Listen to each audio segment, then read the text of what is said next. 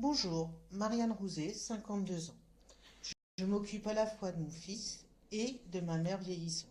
Je suis aidante familiale. Je fais donc partie de cette génération sandwich qui se retrouve confrontée à gérer les deux en même temps. Bonjour, Véronique de Creuse, 59 ans. Je suis auxiliaire de vie et bénévole au Secours populaire et j'habite Romorantin depuis 1985. À Romorantin, il y a une réalité sociale qu'on ne peut plus ignorer. 2000 habitants ont plus de 75 ans. Et sur ces 2000 habitants, près de la moitié vivent seuls. Ça veut dire qu'ils sont souvent invisibles, avec un sentiment d'abandon et qui vivent parfois dans la précarité. Nous ne pouvons plus rester comme ça, sans rien faire.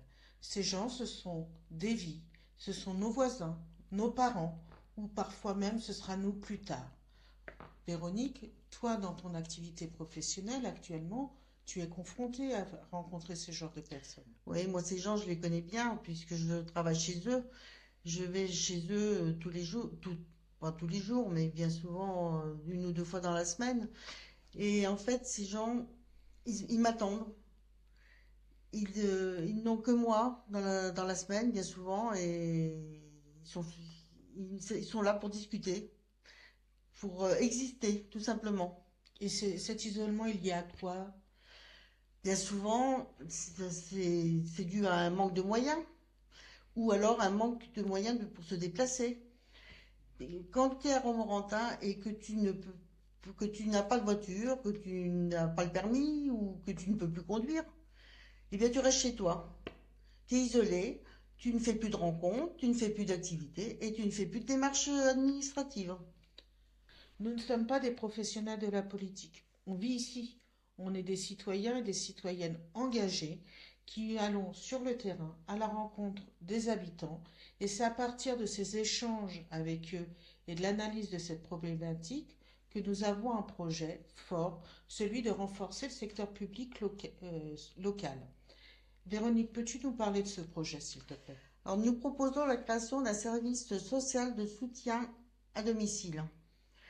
Ce service sera composé de personnels municipaux et de bénévoles pour agir dans l'urgence, mais aussi sur la durée et de façon humaine. Oui, mais ça, il y a déjà des structures qui peuvent exister déjà. Oui, bien sûr, il y a par exemple le CCAS, il y a les associations, il y a les services professionnels, genre les infirmières, les auxiliaires de vie, ce genre de personnes. Mais il faut travailler ensemble, parce que la solidarité, ça se construit collectivement. En fait, on veut un collectif, une cohésion qui va permettre de renforcer ce lien social.